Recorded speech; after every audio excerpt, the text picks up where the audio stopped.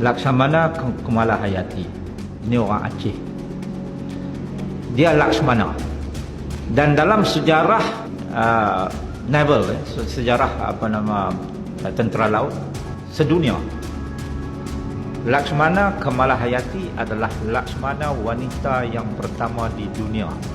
Maknanya orang barat pun belum pernah lantik Laksamana perempuan, tetapi di alam Melayu kita sudah ada Laksamana perempuan, namanya Kemalahayati. Jadi orang perempuan perlu bangga lah, sebab inilah Laksamana perempuan yang pertama dalam sejarah Angkatan Laut sedunia. Laksamana Kemalahayati ini.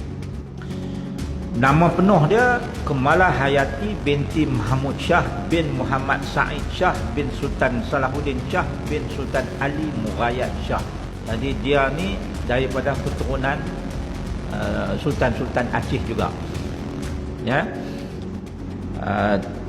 Tok Nyang dia lah, moyang dia tu Sultan Ali Murayat Shah yang saya sebut tadi. Sultan Ali Murayat Shah ini adalah merupakan kerabat diraja Champa. Bila sebut Champa ni Melayu. Champa ni hari ni negaranya disebut Kampuchea. Dalam bahasa Melayu disebut Kemboja. Orang Melayu Champa ni Melayu Kemboja. Nama pun Kemboja, nama Melayu. Kemboja kan bunga. Itu kerajaan Melayu dulu-dulu. Jadi moyang dia ni, Sultan Ali Murayat Shah ni adalah merupakan kerabat diraja Champa yang mengasaskan Kesultanan Aceh Darussalam pada tahun 1513. Jadi maknanya daripada Champa Kemboja tu, jadi dia berpindah dan mengasaskan Kesultanan Aceh. Itu moyang dia. Jadi daripada keturunan itulah ya, sampai kepada Kemalahayati.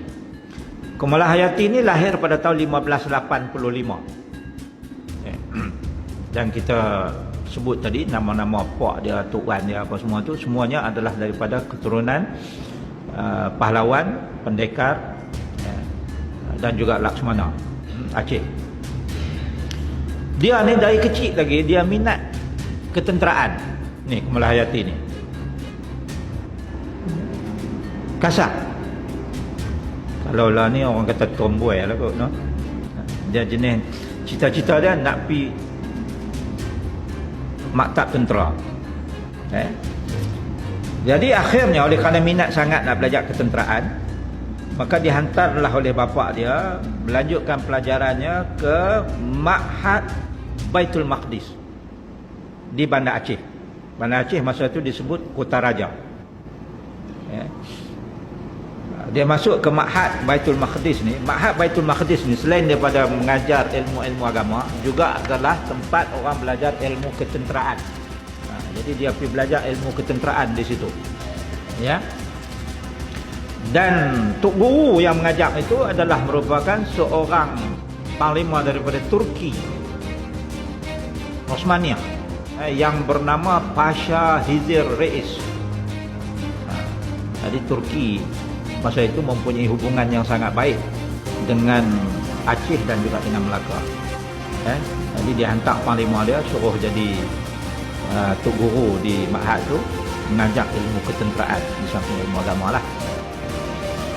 Jadi masa duk belajar di Ma'had tu, dia jumpa boyfriend dia lah kot, no? Ya kan? Dalam bahasa kita, anak bangsawan melabuh. Ingat tak melabuh? Melabuh ni merupakan titik yang paling teruk dilanda tsunami dulu. Tu melabuh. Yang paling teruk. Hancur berkecai. Tu melabuh lah tu. Dia dekat dengan epicenter tsunami. Boyfriend dia ni daripada Melabuh, anak bangsawan Melabuh, nama dia Tengku Mahmudin Said. Tengku Mahmudin Said Al-Latif. Yang akhirnya mereka pun berkahwin. Jadi masa study lagi dengan Tengku Mahmud ni. Lepas keluar daripada Ma'had di Baitul Maqdis itu, Kemalahayati dilantik oleh Sultan Aceh yang ketika itu bernama Sultan Alauddin Riayat Shah Al-Mukammil menjadi ketua protokol istana Darud Dunia. Nama istana Aceh masa itu adalah Istana Darud Dunia. Dan Malahayati jadi ketua protokol di situ. Sesuai lah kononnya, pasal dia perempuan, jadi duduk dalam istana jadi ketua istana. Suaminya Tengku Mahmud tadi, Tengku Mahmud Said Al-Latif tadi dilantik menjadi Laksmana Aceh, yang bertanggungjawab mengepalai armada laut Aceh, mengawal Selat Melaka pada waktu itu. Masa tu armada Melaka dah tak ada lagi dah. Laksmana Melaka Hang Tuah tu dah tak ada lah masa tu. Ini zaman lain dah.